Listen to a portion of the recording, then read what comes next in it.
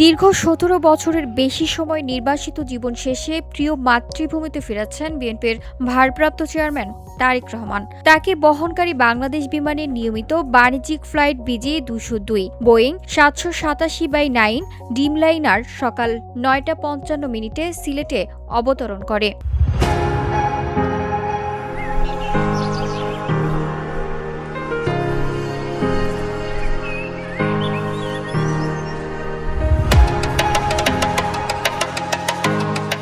সেখানে বিরতির পর সকাল ১১টা ১৩ ঢাকার উদ্দেশ্যে যাত্রা করে বিমানটি।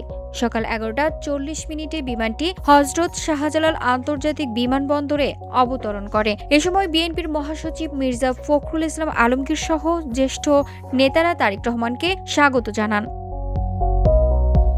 এদিকে বিএনপির ভারপ্রাপ্ত চেয়ারম্যানের স্বদেশ প্রত্যাবর্তন উপলক্ষে স্মরণকালের সবচেয়ে বড় সংবর্ধনার প্রস্তুতি নিয়েছে দলটি। রাজধানীর পূর্বাচল ৩০০ ফিট এলাকায় নির্মাণ করা হয়েছে সুবিশাল মঞ্চ। VOD Bangla news desk.